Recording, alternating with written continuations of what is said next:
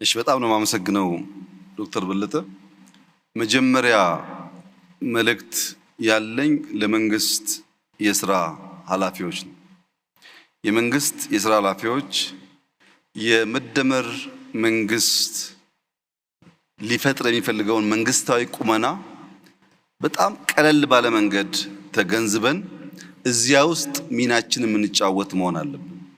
የመደመር መንግስት ስሞል ኢን ሩቲን ወይም ስሞል ኢን ቢሮክራሲ መሆን አለበት ብሎ ያምናል። ቢሮክራሲው በጣም ስሞል መሆን አለበት ብሎ የሚያምን መንግስት ነው። ሁለተኛ ቢግ ኢን ስትራቴጂ ብሎ ያስባል። ስትራቴጂው ትልቅ የሆነ ሩቲኑ ትንሽ የሆነ ማለት ነው። ሶስተኛ ስትሮንግ ኢን ኦቨርሳይት ይላል። ጠንካራ ኦቨርሳይት የምናደርግ ትላልቅ ትልሞች ስትራቴጂዎች ያለን ሩቲን ቢሮክራሲ ግን የቀነስን መሆን አለብን ይላል። ምን ማለት ነው? አንድ ሰው ኢትዮጵያ ውስጥ መታወቂያ ለማግኘት እዚኛው ቀበሌ ሄዶ በ5 ብር ማግኘት ካልቻለ እዚኛው ቀበሌ ሄዶ በ5 ብር ያገኛል። ቢሮክራሲው ረጅም ነው ግን ከፍሎ ያገኛል። ይሄንን በህገወጥ መንገድ ፎርጅድ ኢሌጋል መታወቂያ ያገኘውን ሰው ግን መንግስት ኦቨርሳይት አድርጎ መያዝ አይችልም። ሩቲኑ ስለተራዘመ የተሳካ ይመስላል እንጂ የተራዘመ ሩቲን ግን ደግሞ የኦቨርሳይት አቅማችን ውስን ስለሆነ ኤክስኪዩት አናደርግም። ሁለተኛ መሬት እንውሰድ። ያ ሁላችሁም እንደምታውቁት እስካሁን ባለው ሁኔታ ኢትዮጵያ ውስጥ ሰው የኢንቨስትመንት ሐሳብ ኖሮት ለመንግስት ተቋማት መሬት አፕላይ አድርጎ ማግኘት ማለት የምጽአት ጊዜ ለመጠበቅ ከባድ ነገር ነው። ቀላል ጉዳይ አይደለም። አንድ ሰው የኢንቨስትመንት ሐሳብ ኖሮት መንግስት ጋር ሄዶ መሬት ጠይቆ ማግኘት አይችልም። ኢሌጋሊ መሬት የወሰዱ ሰዎችን ግን መንግስት ኦቨርሳይት አድርጎ መያዝ አይችልም። ለመጣው አያስተናግድም። ለሚሰርቀው እና ካላግባብ ለወሰዱ ደግሞ መያዣ መንገድ የለውም። አንድ ምሳሌ ለማንሳት የጂኦስፓሻል ኢንፎርሜሽን የላንድ ኢንፎርሜሽን ሲስተም መገንባት በየከተማው ተጀምሯል። ከጀመርን ቆይተናል፣ አልተሳካልንም።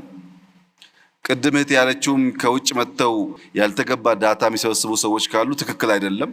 የእኛን ጉዳይ ግን ለማንሳት አዲስ አበባ ላይ፣ ሸገር ላይ፣ ቢሾፍቱ ላይ፣ አዳማ ላይ፣ አንዳንድ ከተሞች ላይ የላንድ ኢንፎርሜሽን ሲስተም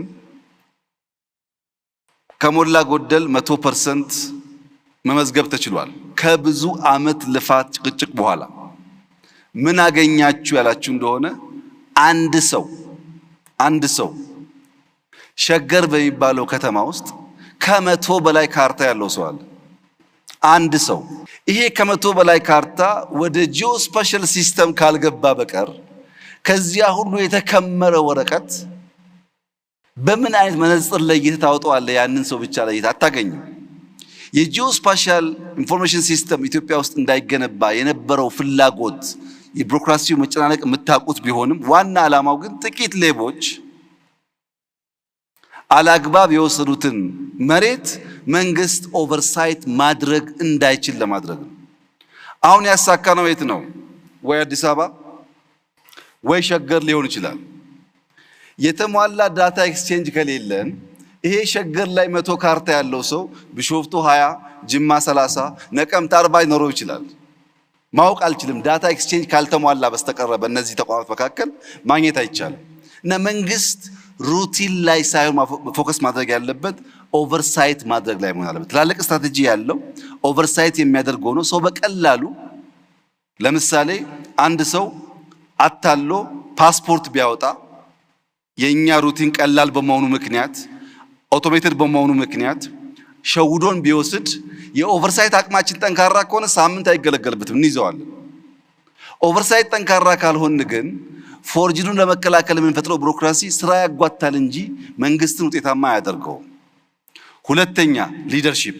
እኔና ዶክተር በለጠ የተሰጠን ኃላፊነት ለመወጣት ቢያንስ 3 ነገሮች የምናሟላ መሆን አለብን። አንደኛ ዲጂታሊ መምራት የምናስብ መሆን አለብን። ዲጂታሊ ሳቪ መሆን አለብን። ዲጂታል ደግሞ ሲባል የዛሬ 10 ዓመት የነበረው ዌብሳይት ስታቲክ ነው። ዌብሳይት አለኝና እኔ ዲጂታል ተጠቃሚ ነኝ ማለት አይቻልም። ዳይናሚክ መሆን አለበት። አደባክ ኤአይ መኖር አለበት። ይሄን የሚያስብ መሪ መሆን አለብን። የዳታ ኤክስቼንጅ ኢምፖርታንስ የሚገባን፣ የኤአይ ኢምፖርታንስ የሚገባን፣ ዳይናሚክ የዳታ ሲስተም የሚገባን ቴክኖሎጂን የምንገነዘብና የምንመራ መሪዎች መሆን አለብን። አንደኛው። ሁለተኛው ስቱዋርድሺፕ አቲቲዩድ ብልድ ማድረግ አለብን። ለምሳሌ ዶክተር በለጠ የሳይንስና ቴክኖሎጂ ሚኒስትር ሆነ እያገለገልክ ያለው እመነኝ እድሜ ልክ አይደለም።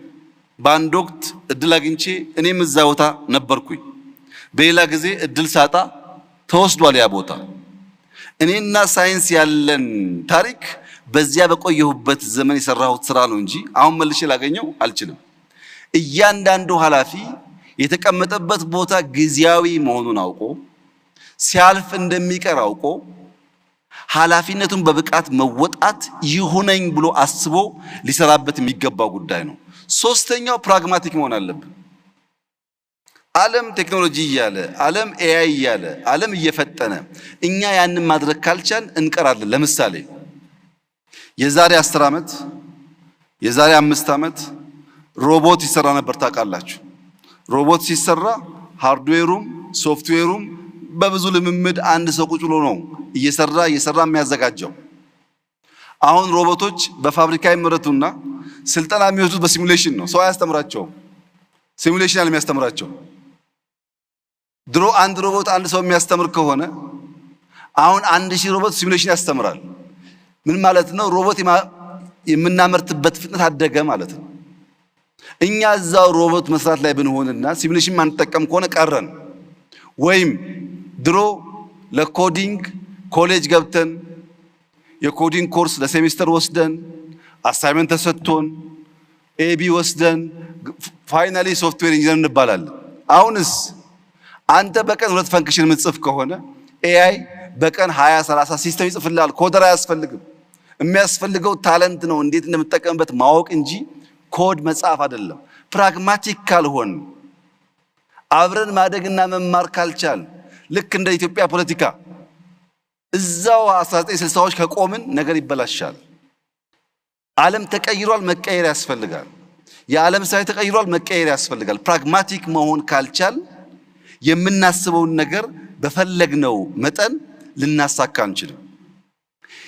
መንግስትና ሊደርሺፕ ሶስት ጉዳዮች አላቸው ካልኩ በኋላ እያንዳንዱ ዜጋ፣ እያንዳንዱ ወጣት፣ እያንዳንዱ ሰው ደግሞ መጀመሪያ ቢዩቲፉል የሆነ ማይንድ እንዳለው ማመን አለበት። የኛ ማይንድ ልክ ለእርሻ እንደተዘጋጀ መሬት ነው። ያን ማስተማር ግን የእያንዳንዱን ግለሰብ ፍቃድ ይፈልጋል። እኔ ራሴን ጭንቅላት ለማስተማር ካዘጋጀሁት ባስተማርኩት ልክ ይሰራል። ጭንቅላታችን ማስተማር ካልፈቀድና ካልወደድን ደግሞ ዓለም ሲሄድ እንቀራለን። ያ እንዳይሆን ይሄን ቢዩቲፉል ማይንድ በማስተማር ሁላችን ተባበር፣ በትብብር እንመን፣ በመደበቅ ሳይሆን በመተባበር እንመን። በኤአይ ዘመን መደበቅ የሚባል ነገር ስለማይሰራ እያንዳንዱ መሪ ፕራግማቲክ ሆኖ ተምሮ ጄኔሬሽን ለመፍጠር የሚሰራ ከሆነ እመኑኝ ኢትዮጵያ አፍሪካ ውስጥ የቴክኖሎጂ ጌትዌይ እና ለቴክኖሎጂ ምቹ የምትባል ሀገር መሆን ትችላለች። ያ እንዲሆን ግን እያንዳንዳችን ፈቅደን መማር፣ ለተማሩት ደግሞ አስቻይ ሁኔታ መፍጠር ያስፈልጋል። ያንን ካደረግን ዲጂታል 2030 ተአምራዊ ነገር ይዞ እንደሚመጣ ጥርጥር የለኝም። በ2036 በአፍሪካ ትልቁ ኢኮኖሚ የሚሆነው የኢትዮጵያ ኢኮኖሚ ነው። ይሄን ለማመን የሚቸገሩ በርካታ ሰዎች እንዳሉ እገምታለሁ። አልፈርድባቸውም። ለምን? ፕራግማቲክ አይደሉማ። አሁን ካለው ዓለም ጋር ራሳቸውን ለማስተማር ዝግጁ አይደሉም። ያ ባይሆን ኖሮ ዲጂታል 2025 ስንል ኢሉዥን ነው ያሉ ሰዎች ኢትዮጵያ ውስጥ 55 ሚሊዮን ሰው ቴሌብር ይጠቀማል ሲባል ሲሰሙ በጣም አስደናቂ ነገር ነው። ፋይዳ የሚባል ዲጂታል አይዲ የዛሬ 5 ዓመት 10 ሰው የሌለው ዛሬ 30 ሚሊዮን ሰው አለው ሲባል ተአምር ነው። 5 ሚሊዮን ኮደርስ ኢትዮጵያ ውስጥ እንፍጠር፣ ታለንት ላይ ኢንቨስት እናድርግ ብለን 2 ሚሊዮን ገደማ ማሳካታችን ሚራክል ነው። 2 ሚሊዮን ሰው በሚቀጥለው 3 ዓመት 2 ዓመት 5ቱን ካሳካን የብዙ አፍሪካ ሀገር ፖፑሌሽን 100% ሰው ዲጂታሊ የሆነ ነገር ማድረግ የሚችል ፈጠርን ማለት ነው። ለዚህ ነው በአፍሪካ አንደኛ ምን ሆነው ነገ ላይ ኢንቨስት አድርገን ነው ዛሬ ባለው ሁኔታ ብቻ አይደለምና ተባብረን ኢትዮጵያን ከድህነት ምናወጣ ከችግር ምናወጣ መልኳን ውበቷን ምንገልጥ ሰርተን በታሪክ የምንታወስ ሰዎች እንድንሆን በመደመር ሐሳቤ በጋራ ሀገራችንን እንድናለማ አድራላችሁ ፈልጋለሁ። እጅግ አድርጌ አመሰግናለሁ። እጅግ አድርገን እናመሰግናለን። በጣም አድርገን እናመሰግናለን። ክቡር ዶክተር አብይ አህመድ የኢፌዴሪ ጠቅላይ ሚኒስትርና የዕለቱን ክብር እንግዳ እንዲሁም ክቡር ዶክተር በለጠን በክብር ተቀበሉልን።